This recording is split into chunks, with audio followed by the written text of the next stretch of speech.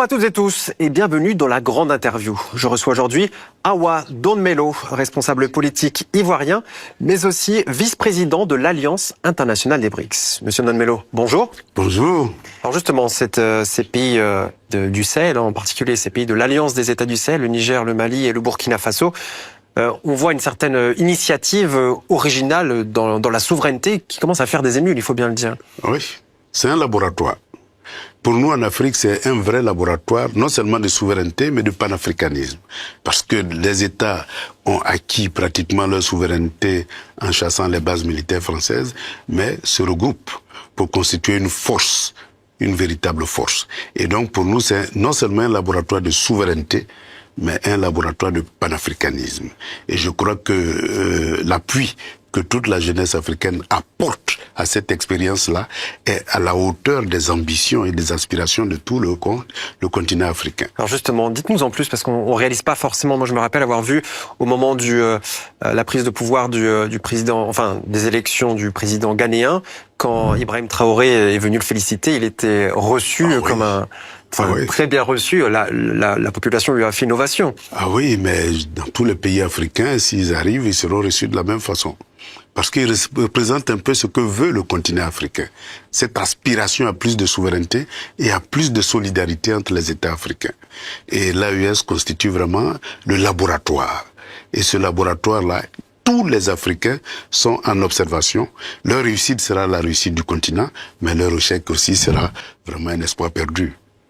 Et donc, le soutien que la jeunesse apporte, c'est à la hauteur des ambitions et des aspirations des peuples africains. En plus, ces trois pays, on parle de trois pays enclavés, qui ont des situations sécuritaires et économiques compliquées à la base.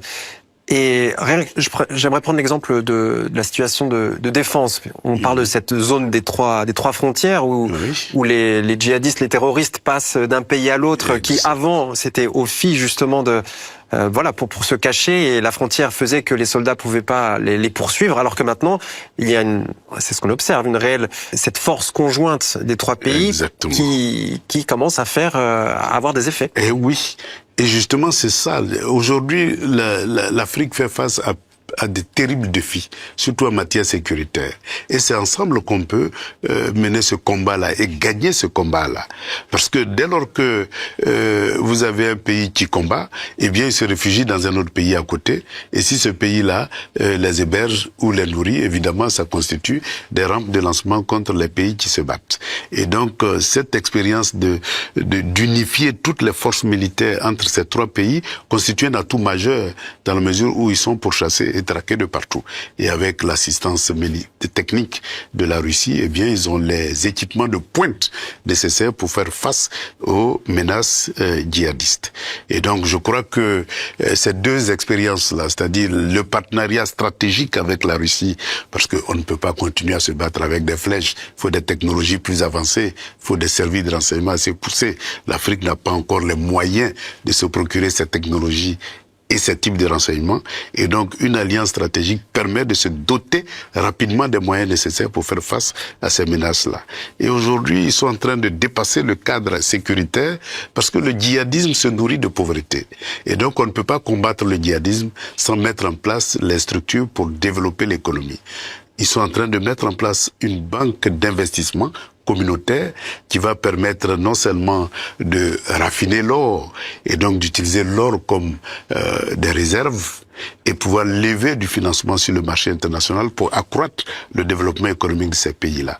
Et ils sont en train d'utiliser maintenant l'uranium pour en faire des centrales nucléaires pour augmenter la capacité énergétique de tous ces pays-là.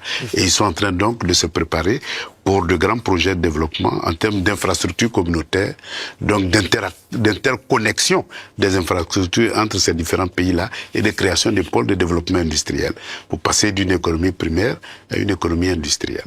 C'est très important, vous venez d'évoquer l'énergie, car on sait que l'économie, c'est de l'énergie transformée. Exactement. Et des sources d'énergie fiables et conséquentes, c'est la première étape. Et le Niger produit, extrait déjà de son sol de l'uranium. Et autant du côté du Burkina Faso que du Niger, on a cette volonté de développer le secteur nucléaire. Exactement. Et il y a déjà des pourparlers avec Rosatom. Il y a beaucoup de pourparlers, beaucoup de discussions, beaucoup de négociations. Ça prendra du temps, certes, mais ça va se réaliser. Et ça permettra de donner un volant en matière de développement industriel, parce que sans énergie, il n'y a pas d'industrie qui tienne. Alors, vous venez d'évoquer le raffinage de l'or. Ouais. Plus globalement, l'Afrique est un continent riche en matières premières, richissime, on peut le dire. Oui. Mais bien souvent, ces matières premières, vous l'avez dit, c'est aussi la faute de la monnaie. Eh bien, ces matières premières brutes sont exportées vers les pays industrialisés, qui les raffinent, qui les transforment. Et après, si les pays d'Afrique veulent obtenir ces produits transformés, elles le payent le prix fort. Là, il y a un vrai souci. Voilà, c'est ça le défi majeur du développement du continent africain.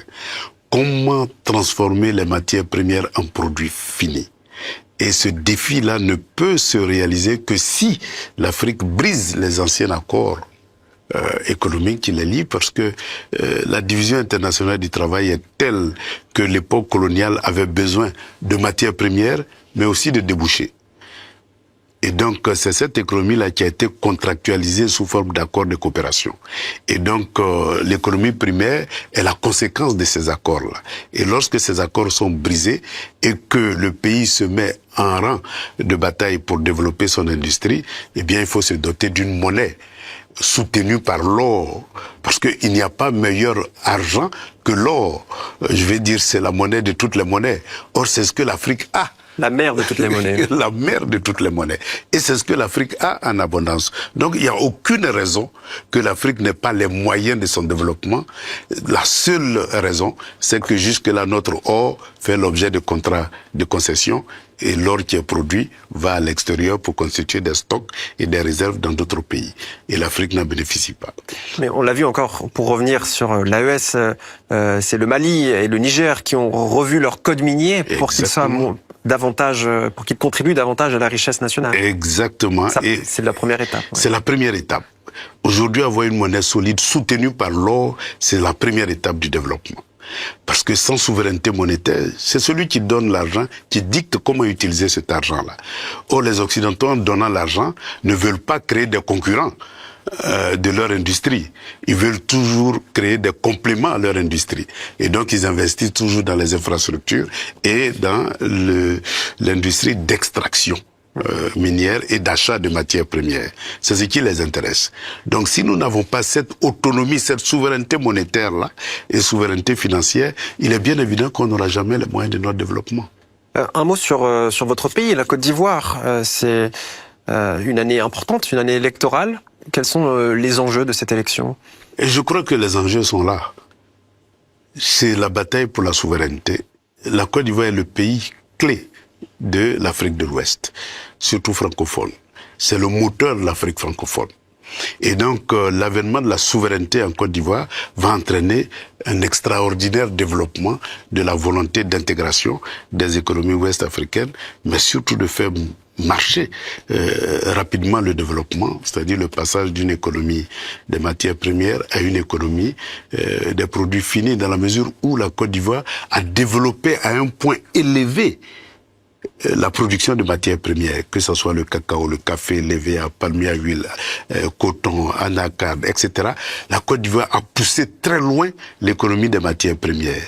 Et la Côte d'Ivoire est le seul pays qui a la capacité aujourd'hui, avec les richesses créées, de faire ce grand bond en avant. Et donc, la conquête de la souveraineté va permettre de réaliser ce grand bond en avant et d'être la locomotive de toute l'Afrique de l'Ouest francophone. Et en partenariat avec le Nigeria, eh bien, ça va faire exploser économiquement toute l'Afrique de l'Ouest et au-delà de l'Afrique de l'Ouest, c'est-à-dire l'Afrique centrale et les autres pays africains. Parce que la Côte d'Ivoire est un pays davantage développé, qui a déjà des industries de transformation, et vous venez de le dire, c'est un des moteurs de cette partie de l'Afrique. La Côte d'Ivoire aujourd'hui a un taux de croissance moyen de 7%. Ça veut dire que c'est l'un des taux de croissance les plus élevés. Mais quels sont les bénéficiaires de cette croissance? Justement, c'est ceux qui apportent l'argent qui en bénéficient. Et donc la Côte d'Ivoire croît, en termes de création de richesse, mais la population s'appauvrit parce que ceux qui créent la richesse, eh bien, les facteurs de création de cette richesse sont en dehors de la Côte d'Ivoire. Et donc aujourd'hui, comment faire de cette croissance-là, eh bien, un développement, un facteur de développement, c'est-à-dire comment partager la création de richesses. Eh bien, il n'y a que la souveraineté économique qui puisse permettre de partager cette richesse-là et donc de passer de la croissance au développement. Monsieur Don Melo, merci beaucoup d'avoir répondu à toutes mes questions. Merci beaucoup. Et merci à vous de nous avoir suivis.